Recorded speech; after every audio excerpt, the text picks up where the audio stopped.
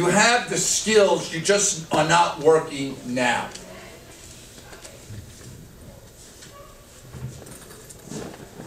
Okay?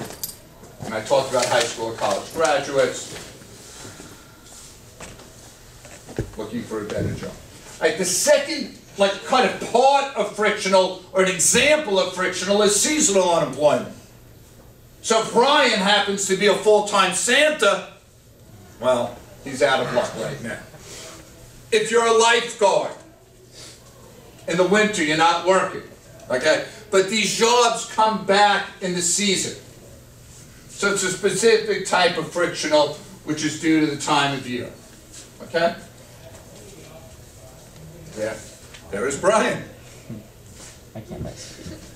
You're doing a very good job, Brian. Yeah. I like your dancing steps. Thanks. Okay? Then construction workers in the winter in Michigan, a little hard to be building houses during the snow. All right, the second type is structural. And that's change makes your skills obsolete. It's like if you're a VCR repairman or a horse carriage repairman, right now there's not a great need for your skills. And in structural, the supply of workers is greater than the demand. So in structural, the supply of workers is greater than the demand. Okay? So workers do not have transferable skills. These jobs do not come back. So like VCR repairmen, I think I have in my carriage. Where is that guy on the board? Okay?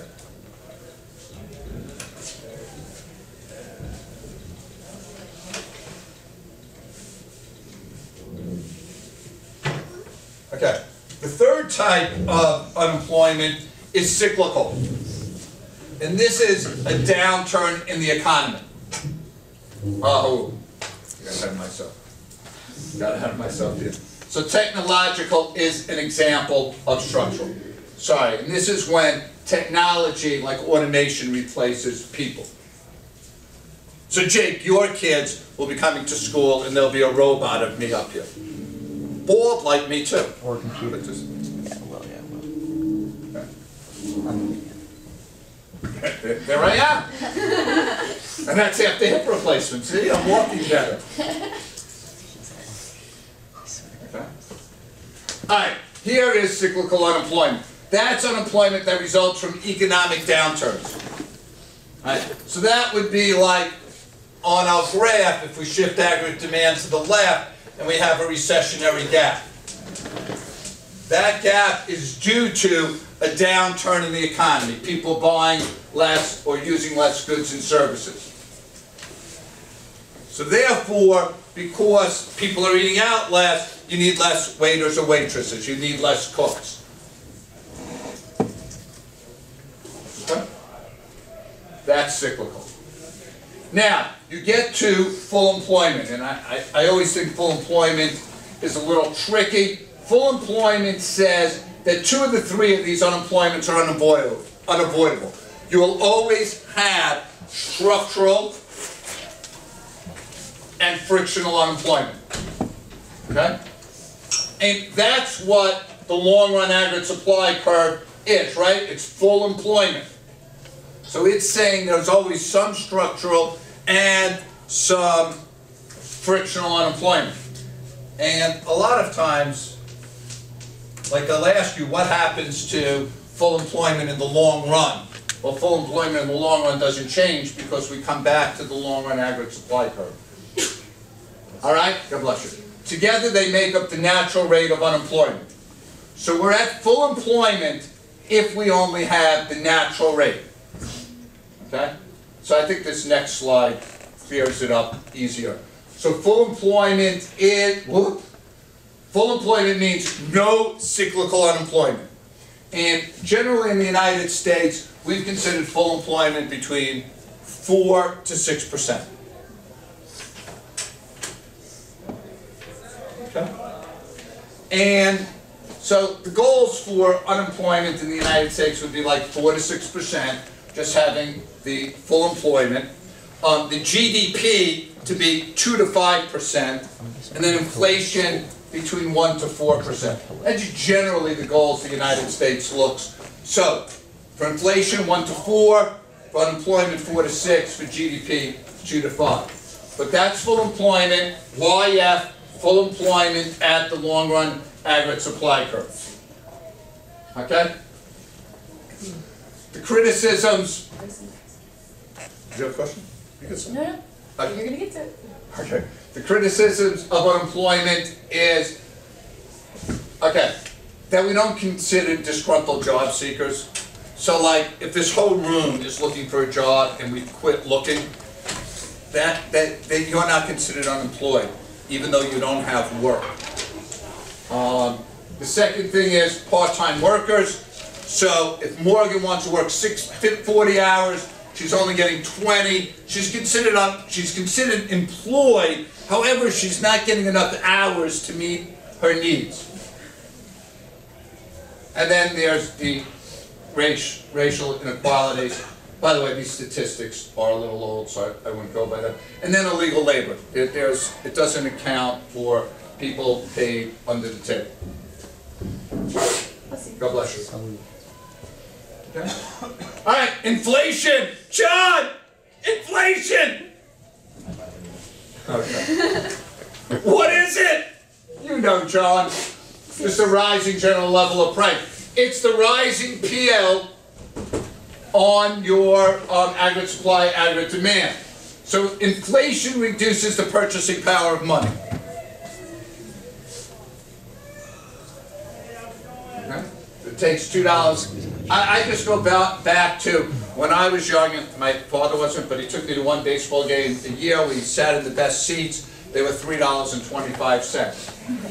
What's the best seats in Camden Yards? I'm guessing they're $45. They're like 120. But he took me to Yankee Stadium. I think the best seats at Yankee Stadium are probably like $1,000 now. Okay, so if it takes 6 to buy what $1 bought in '61, when inflation occurs, each dollar of income will buy fewer goods and services than before.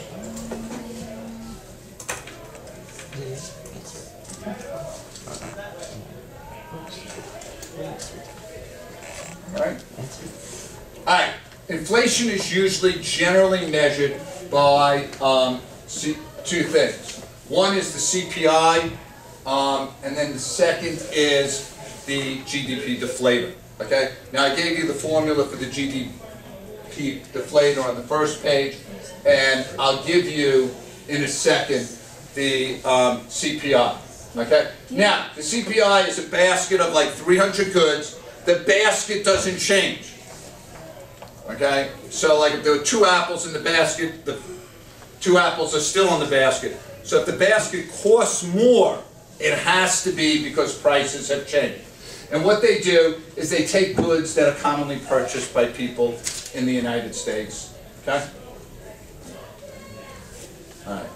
I gave you the inflation rate here. Bolivia in 1985 was 50,000%. So, and that's called hyperinflation. That would mean a $25 meal today would cost $12,525. So think of if you went to Outbacks, instead of saying $25, they said, Swati, you owe us $12,525. You might not be eating out as much, right, Tim? Okay. Here is your consumer price index, and here's how it works. The base year, anytime you see 100, it's the base year of any index, okay? So you take the CPI is the price of the market basket in whatever year you're picking over the price of the same basket in the base year times 100. So I think I have a little example here coming up. Hi, Ms. Kelly. Okay? So, if a movie is 6 and pizza is 14, then the basket is 20. That's the base year. So, you know, and this is why it's 100, because 20 over 20 is 1 times 100, so that gives you the base year. Then, in the next year, movies are 8, pizza is 17. Notice the same basket now is 25. If you go 25 over 20, you get an index of 125. which says inflation increased by 25%. Okay?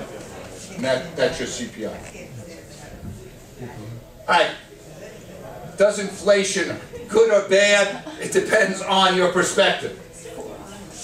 Look at this poor guy. Stop crying, it's Monday, man. All right. Who gets hurt by inflation? Lenders. Because they're getting paid back by less valuable dollars. People with fixed incomes. If you're just making like $150 a week, that's a fixed income, you're going to get hurt because now your dollar buys less. Savers. Especially if you're stuffing your money under your mattress, Jake. No good in inflation. But Jake, if your money's stuffed in the mattress, is it still part of the money supply? Yes. Yes, good job. Alright, help debtors. Okay, because you're paying back cheaper money. I didn't know her name. Any business where the price of the product increases faster than the cost. So like if you have long-term contracts with your employees, inflation is good because your employees are stuck at this price and you're selling your goods for more and more money. And then people who are unaffected, they have what we call COLAs, like, so if their salaries or Social Security adjusts for cost of living, that's where it'd be.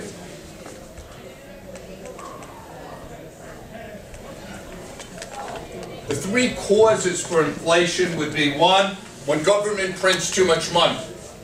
And that's the trap that gets a lot of governments into hyperinflation. You just keep printing it and printing it, trying to pay back your debts. The second would be demand pull. That there's such an attraction for goods and services that heats up the economy by shifting aggregate demand to the right. And the third, even though this isn't totally inflation, would be a supply shock that gives you the higher price levels and the stagflation. Does anyone have any questions about it? Supply shock and stagflation would just be a leverage shift on the price.